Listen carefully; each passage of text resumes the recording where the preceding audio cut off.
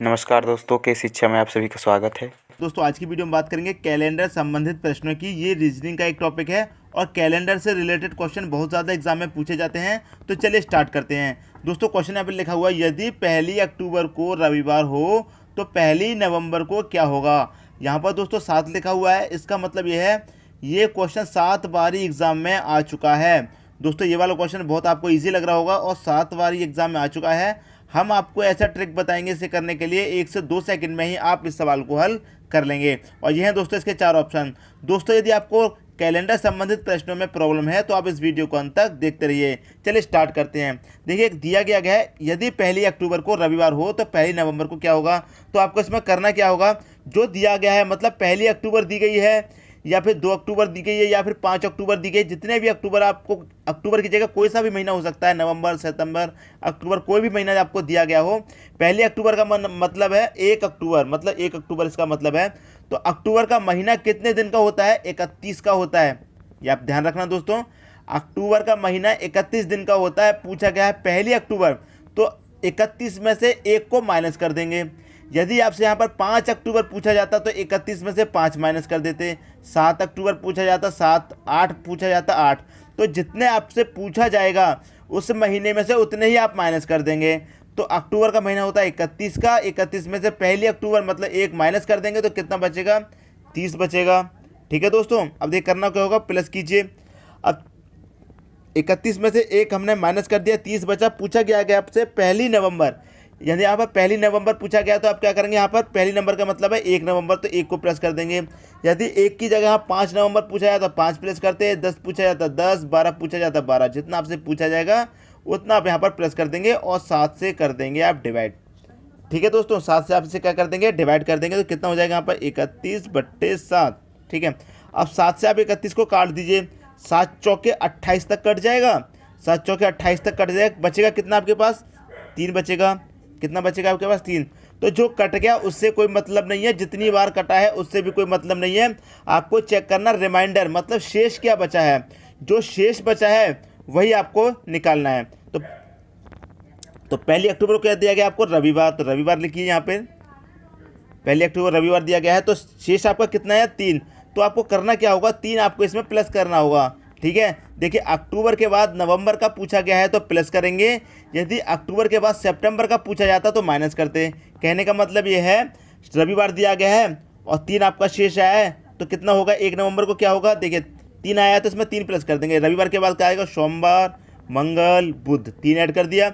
यदि यहाँ पर अक्टूबर की बात नवंबर की जगह सितंबर का पूछा जाता तो माइनस का मतलब पीछे आते, 1 2 3, 3 से आया रिमाइंडर तो 3 पीछे आते। तो इसमें क्या पूछा, बाद का पूछा है तो प्लस करेंगे। तो रविवार के बाद सोमवार, मंगल, बुध, तो आंसर आपका क्या हो जाएगा, बुधवार। यही दोस्तों आपका आंसर आ गया। बहुत ही सिंपल सा क्वेश्चन है, आप देखिए समझ लीजिए। 1 अक्टूबर पूछी गई है, 31 का महीना होता है, जितना पूछा जाएगा उतना आप माइनस करके लिखेंगे। ठीक है, फिर प्लस करेंगे। प्लस के बाद जितना आपसे पूछा गया है बाद के लिए उतना प्लस करके 7 से आप डिवाइड दे। जो आपका शेष आएगा बस वही लेना है आपको, और कुछ नहीं लेना है। जो शेष आएगा उसे लेंगे। तो ये क्वेश्चन दोस्तों आपकी समझ में आ गया होगा। यदि समझ में आ गया है तो एक लाइक कर दीजिए।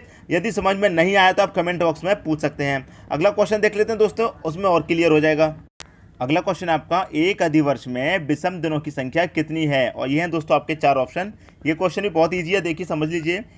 एक अधिवर्ष में विषम दिनों की संख्या कितनी है पूछा गया। तो एक वर्ष में कितने दिन होते हैं दोस्तों, 365 दिन होते हैं। और एक लीप वर्ष में कितने दिन होते हैं, 366 दिन होते हैं। कहने का मतलब ये है, जिस साल फरवरी का महीना 29 का रहता है उस साल 366 दिन रहते हैं। जिस साल 28 का रहता है उस साल 365 दिन रहते हैं।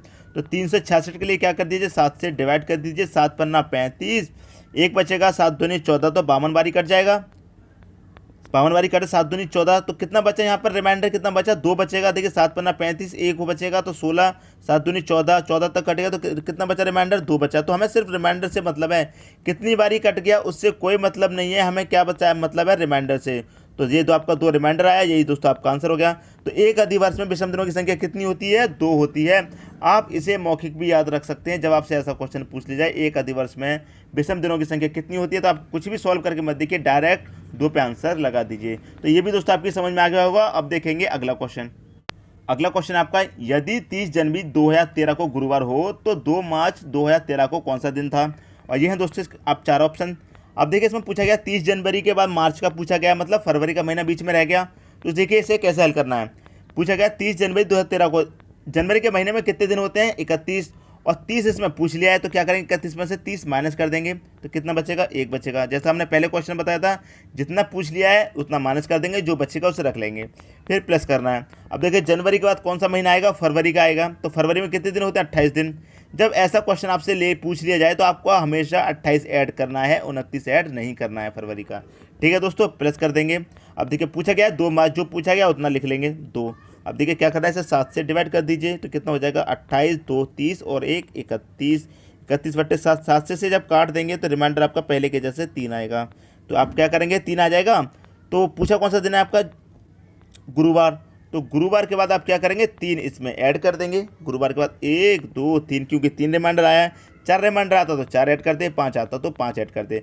तो गुरु के बाद क्या आएगा, शुक्रवार, शनिवार, रविवार। तो कौन सा ऑप्शन सही हो जाएगा, रविवार। ऑप्शन नंबर डी आपका दोस्तों सही हो जाएगा। तो ये क्वेश्चन भी दोस्तों आपकी समझ में आ गया होगा। अब देखेंगे दोस्तों अगला क्वेश्चन। अगला क्वेश्चन है 31 दिन वाले महीने का अंतिम दिन मंगलवार है, तो उसी माह के 16वें दिन कौन सा वार है। ये हैं दोस्तों 4 ऑप्शन।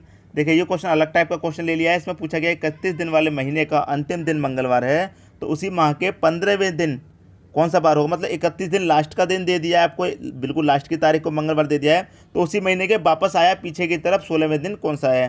तो ये करना क्या होगा इस क्वेश्चन में, आप 31 दिया गया 31 लिखिए, 16 दिया गया है 16 माइनस कर दीजिए और 7 से डिवाइड कर दीजिए। ठीक है, 31 में 16 जाएगा, कितना बचेगा 15। 15 को जब 7 से डिवाइड कर देंगे तो कितनी बारी चला जाएगा, 7 दूनी 14। आपका रिमाइंडर कितना बचेगा, 1। आपको सिर्फ रिमाइंडर से मतलब है और किसी से मतलब नहीं है। तो देखिए कौन सा दिन दिया गया आपको, मंगलवार दिया गया है, मंगलवार। तो आपका जो आंसर होगा वो होगा, देखिए मंगलवार में क्या करेंगे आप, 31 दिन के बाद 16 तारीख का पूछा गया है तो वापस आया पीछे की तरफ। यदि आगे की तरफ जाता तो प्लस करते, पीछे की तरफ पूछा गया है तो पीछे की तरफ आएंगे। तो मंगलवार से जब पीछे की तरफ आएंगे तो क्या होगा, सोमवार। तो कौन सा ऑप्शन सही हो जाएगा, ऑप्शन नंबर डी दोस्तों आपका सही हो जाएगा। तो ये दोस्तों आपका आंसर हो गया सोमवार। तो इस टाइप के क्वेश्चन यदि आपसे एग्जाम में पूछे जाते हैं तो ये कंसेप्ट दोस्तों आपको क्लियर हो जाएगा। इस टाइप के सभी प्रश्नों को आप 2 से 3 सेकंड में हल कर देंगे। दोस्तों यदि वीडियो पसंद आया तो लाइक करें और दोस्तों में भी शेयर करें। यदि आपने हमारे चैनल को अभी तक सब्सक्राइब नहीं किया है तो सब्सक्राइब कर लीजिए और बेल आइकन का बटन भी दबा दीजिए। दोस्तों धन्यवाद।